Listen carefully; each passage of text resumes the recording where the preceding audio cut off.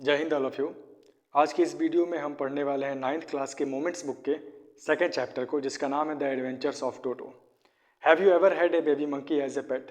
क्या आपने कभी पालतू जानवर के रूप में बंदर के बच्चे को रखा है?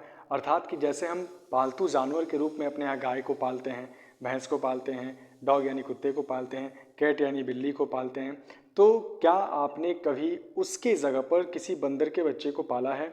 Toto is a baby monkey, let's find out whether he is mischievous और डोसाइल।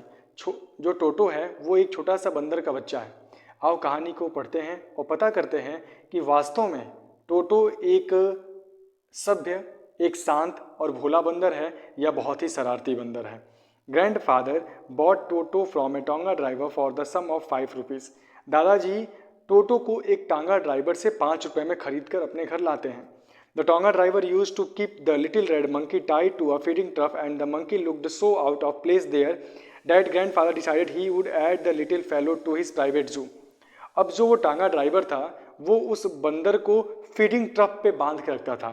फीडिंग ट्रफ जिसे हम अपने लोकल लैंग्वेज में नाद कहते हैं, जहाँ हम गाय को खिलाते हैं, भैंस को खिलाते हैं, घोड़े को खिलाते हैं। तो जाहिर सी बात है कि जिस जगह पे गाय, भैंस या फिर बड़े जानवर बांधकर हम खिलाया करते हैं, उसी नाद पर एक छोटा सा बंदर का बच्चा बंधा हुआ हो, तो ये अपने आप में काफ़ी अनोखा है, स्ट्रेंज है। इसी चीज़ को देखकर दादाजी तय करते हैं कि वो इस छोटे से बंदर को खरीद कर लेकर जाएंगे और अपने यहाँ जो उनका अपना प्राइवेट जू है, यानी जो निजी चिड़ियाघर है उनका, उसी में ले जाकर वो रखेंगे। टोटो was a pretty monkey. His bright eyes sparkled with mischief beneath deep set eyebrows, and his teeth, which were purely white, were very often displayed in a smile that frightened the life out of elderly Anglo-Indian ladies. टोटो एक सुंदर सा बंदर है। उसके घने जो भौवें हैं, eyebrows हैं, उसके नीचे जो उसका चमकता हुआ आँख है, उसको देखकर ऐसा प्रतीत होता है ये बंदर कहीं ना कहीं बहुत शरारती है। और जहाँ तक उसके दांत का सवाल है, उसका दांत जो कि सफ़ेद तो है, और वो अक्सर अपने उस दांत को, यानी कि अपने स्माइल से, अपने उस चमकीले दांत को दिखाकर एंग्लो इंडियंस जो लेडीज़ हैं उनको डराया करता था। इवन हम भी जब मंकीज़ के उस स्माइल तिथ को देखते हैं तो कहीं ना कहीं हमारे मन में भी डर बैठ जाता है, हम भी डर जाते हैं और कैजुअली वो ऐसे ही डराते भी हैं। But his hands looked dried up as though they had been pickled in the sun for many years. लेकिन जहाँ तक उसके हाथ का सवाल है, वो बहुत सूखा हुआ प्रतीत हो रहा था। ऐसा लग रहा था जैसे हम किसी अचार को लंबे समय तक धूप में रख देते हैं और वो सूख कर काफ़ी पतला हो जाता है, ठीक उसी प्रकार से इसका हाथ भी ऐसा लग रहा था जैसे कई सालों से सूर्य की धूप में, यानी गर्मी में सूख चुका है।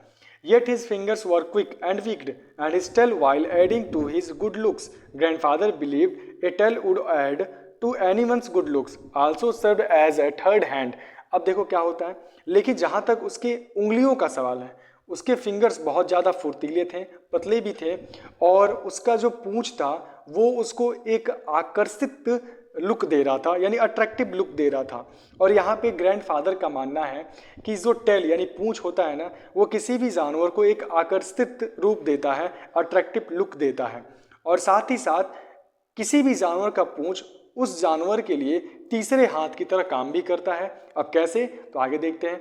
ही could use it to hang from a branch and it was capable of scooping up and delicacy that might be out of reach of his hands. अब देखो, जो मंकी है वो अपने उस पूंछ का प्रयोग किसी शाखाओं से किसी शाखा पर लटकने के लिए करता है। सपोज करो कोई सामान है जो उसके हाथ से कुछ दूर है, वो अपने पेड़ एक हाथ से अब डाल को पकड़ के लटका हुआ है और वहीं दूसरे हाथ से उस सामान को पकड़ने का प्रयास कर रहा है, जो कि नहीं पकड़ पा रहा है। तो एट दैट टाइम वो क्या करता है, अपनी पूंछ की सहायता से वो ब्रांच पर लटक जाता है और फिर अपने दोनों हाथों का प्रयोग करके उन सभी वस्तुओं को पकड़ने का प्रयास करता है जो कि उसके हाथ से दूर है। Grandmother always fussed when grandfather bought home some new birds और एनिमल्स। अब दादाजी जब कभी भी घर पे नए पक्षियों को, नए जानवर को लेकर आते हैं तो दादी माँ कहीं ना कहीं गुस्सा हो जाती हैं। So it was decided that Toto's presence should be kept a secret from her until she was in a particularly good mood. तो क्या किया जाता है, यहाँ पे तय किया जाता है और ये निर्णय लिया जाता है कि टोटो के उपस्थिति को तब तक ये लोग गोपनीय रखेंगे जब तक कि दादी माँ का मूड बदलता ना हो। यानी कि इसे तब तक वो लोग छिपा के रखेंगे जब तक कि दादी माँ इसको देखकर और इसे एक्सेप्ट करने के लिए राजी ना हो जाए, इसे स्वीकार करने के लिए तैयार ना हो जाए। तो क्या किया जाता है, इसे गोपनीय रखा जाता है। यानी दादाजी टोटो को लाते तो हैं लेकिन दादी माँ को बताया नहीं जाता है, उसे तय किया जाता है कि गोपनीय तरीके से उसे रखा जाएगा। Grandfather and I put him away in a little closet opening into my bedroom wall where he was tied securely, or so we thought, to a peg fastened into the wall. उसके बाद दादाजी और आई यानी मैं यानी कि author बात कर रहे हैं कि मैं और दादाजी फिर तय करते हैं कि उसे बाहर के एक मेरे बेडरूम में ले जाकर दीवार के सहारे जो अलमीरा लगा हुआ है वहाँ पर ले जाके उसे हम लोग बांध देंगे और वहीं पे उसे हम लोग रखेंगे तब तक जब तक कि दादी माँ खुश नहीं हो जाती हैं। A few hours later, when grandfather and I come back to release Toto, we found that the walls, which had been covered with some ornamental paper chosen by grandfather, now stood out as naked brick and plaster. अब कुछ घंटों के बाद जब मैं यानी कि author और दादाजी ये दोनों लोग फिर से उस कमरे में आते हैं ताकि टोटो को वहाँ से निकाल कर बाहर ले जा सकें, तो वो क्या पाते हैं कि जहाँ पर वो टोटो को बांध कर रखे थे उसी के आसपास दीवार पे कुछ अच्छे ऑर्नामेंटल पेपर में सजावट भरे जो पेपर होते हैं ना, उसको दादाजी चुन कर लगाए हुए थे ताकि उनका जो बेडरूम है, उनका जो वो वॉल है, दीवार है, ये काफ़ी अट्रैक्टिव दिखे, सुंदर दिखे। तो उन्होंने क्या किया था कि एक अच्छे से ऑर्नामेंटल पेपर को वहाँ पे पेस्ट कर दिया था ताकि उनका जो दीवार है, उनका जो रूम है वो अच्छा दिखे। तो जब ये वापस आते हैं तो क्या देखते हैं, ये सब कुछ वो बंदर फाड़ चुका था और वहाँ पे जो प्लास्टर था यानी दीवार पे जो प्लास्टर लगता है वो भी वो नुखल दिया था, यानी कि अपने नाखून की सहायता से उसे भी नोचने का प्रयास किया था। The peg in the wall had been wrenched from its socket and my school blazer which had been hanging there was in shreds. I wondered that what grandmother would say, but grandfather didn't worry. He seemed pleased with टोटोज performance. अब क्या होता है कि फिर वहीं पे जो अगल बगल के जगह पर उसका जो ब्लेजर, स्कूल का ब्लेजर रखा हुआ था या फिर और भी अन्य कपड़े रखे हुए थे, वो बंदर उन सभी चीज़ों को फाड़ देता है, सब चीज़ों को अपने दांत से कुतर देता है। और इस चीज़ को देखने के बाद ऑथर कहते हैं कि इसको देखने के बाद दादी माँ पता नहीं क्या कहेंगी। तभी दादाजी कहते हैं कि कोई बात नहीं, और वो टोटो के इस एक्टिविटी को देखकर खुश होते हैं। अब इसके पीछे क्या कारण है, ध्यान सुनिए। He is clever said grandfather, given time I am sure that he could have tied the torn pieces of your blazer into A rope and made his escape from the window. यानी दादाजी उसके इस activity को देखकर खुश होते हैं और कहते हैं कि वो बहुत चालाक है, उसे समय दो और मैं श्योर हूँ कि ये क्या काम करता, ये तुम्हारे ब्लेजर और अन्य कपड़ों को फाड़ता और रस्सी की तरह प्रयोग करके वो अपने आप को इस विंडो से भगा लेता और इसीलिए वो उन सारे कपड़ों को फाड़ रहा था, ऐसा दादाजी कहते हैं। His presence in the house is still a secret. Toto was now transferred to a big cage in the servants' quarter where a number of grandfather's pets lived very sociably together, a tortoise, a pair of rabbits, a tame squirrel, and for a while my pet goat. अब क्या होता है, अभी भी टोटो के उपस्थिति को गोपनीय ही रखा गया था। अब तय किया जाता है कि टोटो को जहाँ पे सर्वेंट्स रहते हैं और वहीं पर भेज दिया जाए, और साथ ही साथ वहाँ पे कुछ अन्य जानवर भी रहते हैं जैसे कि टर्टल्स हो गया, रैबिट हो गया, स्क्वायरल हो गया, और इवन उनका जो गोट था वो भी उसी कमरे में रहा करता था। तो दादाजी और ऑथर ये दोनों लोग मिलकर तय करते हैं कि टोटो को ले जाकर उसी कमरे में रख देंगे।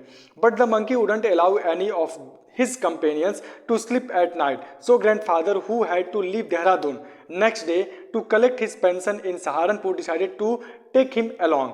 तो जब हम लोग टोटो को ले जाके उन अन्य जानवरों के साथ रख देते हैं कि ये उसके साथ रहेगा, अच्छे से रहेगा, लेकिन टोटो उस रात ना तो खुद सोया और ना ही दूसरे जानवर को सोने दिया, वो सबको परेशान करके रख दिया और किसी के साथ दोस्त नहीं बना। अब इस रात के एक्टिविटी को देखकर दादाजी, जो कि अगले दिन देहरादून से सहारनपुर जाने वाले थे अपने पेंशन को लेने के लिए, वो तय करते हैं कि वो भी इसे अपने साथ ही लेकर जाएंगे। Unfortunately, I could not accompany grandfather on that trip, but he told me about it afterwards. A big black canvas Kit Kat bag was provided for Toto. यानी कि दुर्भाग्यवश मैं उस ट्रिप पे दादाजी के साथ तो नहीं था, लेकिन जब दादाजी अपने ट्रिप को कंप्लीट करने के बाद वापस आते हैं तो उनके साथ क्या क्या घटता है, कौन सी घटनाएं उनके साथ घटित होती हैं, उन सभी बातों का वर्णन मेरे साथ करते हैं। सबसे पहली बात कि वहाँ जाने के लिए टोटो के लिए एक बड़ा सा ब्लैक कलर का कैनवस किट बैग लाया गया ताकि उसमें रख के टोटो को ले जाया जा सके। This with some straw at the bottom became his new abode. When the bag was close there was no escape. सबसे पहले उसमें पुआल या फिर अन्य कुछ घास भूस डाल दिया गया ताकि उसका घर अच्छा हो सके, बन सके। और फिर जब वो बैग को बंद कर दिया गया तो वहां से टोटो को निकलने के लिए कोई जगह नहीं था, यानी टोटो उसमें पूर्ण रूप से बंद चुका था, अंदर पैक हो चुका था। Toto could not get his hands through the opening and the canvas was too strong for him to bite his way through. अब क्या होता है, ना ही उस बैग में जगह था कि वो अपने हाथ पैर या फिर सर को बाहर निकाल पाए, और ना ही वो बैग इतना कमजोर था कि ये अपने दांत की सहायता से उसे फाड़ सके। His effort to get out only had the effect of making the bag roll about on the floor और occasionally jump into the air, an exhibition that attracted a curious crowd of onlookers on the Dehradun railway platform. अब जरा ध्यान से देखो, कोई जानवर जो कि बैग के अंदर बंद हो और उसे निकलने के लिए कोई जगह ना मिले, कहीं देखने के लिए ना मिले, चाहे हाथ पैर या फिर शरीर के कुछ दूसरे अंग वो बाहर ना निकाल सके, तो उस समय उसके पास एक ही रास्ता है कि वो वहाँ से अपने आप को निकाल पाए, और वो क्या है, बैग के अंदर जंप करना, कूदना।